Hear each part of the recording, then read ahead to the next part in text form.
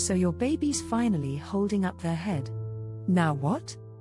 It's that magical moment your little one's head isn't flopping anymore. They're alert, curious, and it's as if they're saying, "Hey, I want to see the world." And guess what? That's your cue. Because once your baby's neck muscles are strong enough, it's time to start helping them learn how to sit up. And not just so they can look adorable, though they absolutely will. It's to give them the core strength, balance, and independence they'll need for all the milestones that follow. Why sitting matters now? You might be wondering, is this really that important right now? Well, let me tell you a quick story. My niece, Ava, was 4 months old when she suddenly refused to lay in her crib. She'd grunt, strain, even try pulling on her blanket like it was a gym rope. Turns out, she wanted to sit. And her body was ready. But her balance? Not quite there. That's when we realized we weren't just trying to make her sit. We were helping her learn balance, coordination, and spatial awareness. It wasn't just about posture. It was about prepping her body for crawling, standing, and walking down the road. Phase 1: Assisted Sitting Techniques.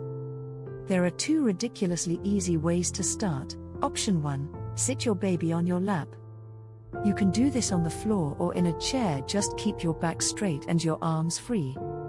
Option 2: sit your baby between your outstretched legs on the floor. Your thighs give them side support, and you've got a soft landing zone in case they wobble. In both positions, place your hands gently around your baby's rib cage. This stabilizes their trunk and frees them up to focus on holding up their chest, neck, and head. It's like handing them training wheels enough to keep them upright, not so much that they do nothing. The support ladder: how to scale it back safely. Now here's the magic. As your baby gains strength, you lower your hands. First, from ribcage to mid-trunk. Then, down to their hips. This simple shift changes everything. The lower your hands go, the more your baby has to control on their own. Their balance improves, core muscles activate, and their little body starts learning what sitting up truly means. But, don't rush. Too little support too soon equals topple city. If your baby slumps forward or sideways, don't panic. Just raise your hands back up and try again later. Remember, this is practice, not performance. Phase 2: Dynamic sitting for core strength. Once your baby can sit with support around the hips, congrats. You're ready for Phase 2, dynamic sitting. This is where we build muscle through movement. Activity 1: the sway and play. Sit your baby on your lap or a soft ball with your hands on their hips. Now gently tilt them to one side. And wait. Watch closely, they'll try to realign their head and trunk. That's their brain firing up the core muscles. If they struggle, gently press on the opposite hip to help them sit upright again. Activity 2: the reach and recover. Place your baby between your legs on the floor. Hold a toy slightly out of reach.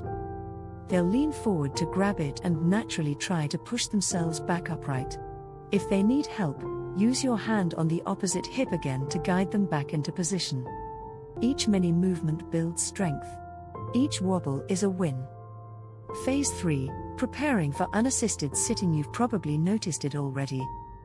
They're leaning less, recovering faster, and suddenly they're almost sitting by themselves. That means it's time for Phase 3, semi-independent sitting. Here's how.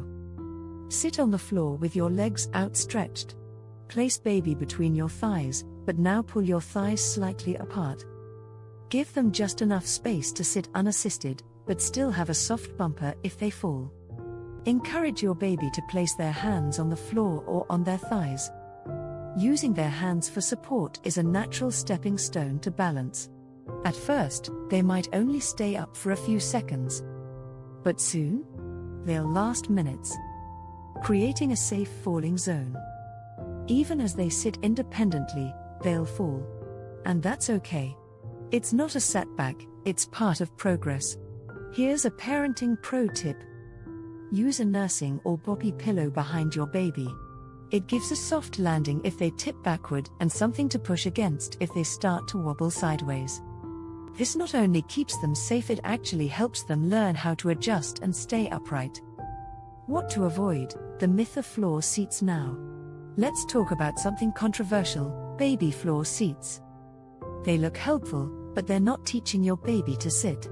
In fact, overusing them can delay gross motor skills and reduce the need for your baby to actually balance themselves. Think of it this way: if you wanted to learn to ride a bike, would sitting on a stationary bike all day help? Exactly. Let your baby's body do the learning, not the seat. So when should your baby be sitting on their own? Most babies start sitting with minimal support around 5 to 6 months, and can sit independently by 7 to 8 months.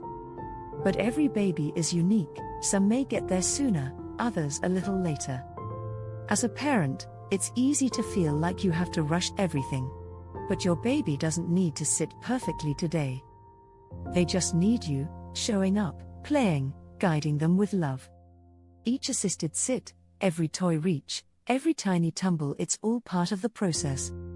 And before you know it, you'll look over and they'll be sitting tall, proud, and giggling. So keep practicing, keep smiling, and don't forget you're doing amazing. If this video helped you feel more confident, give it a like so other new parents can find it too. And for more baby milestone tips, toy guides, and parenting wins, make sure to subscribe. Because this journey, it's just getting started. We'll see you in the next one.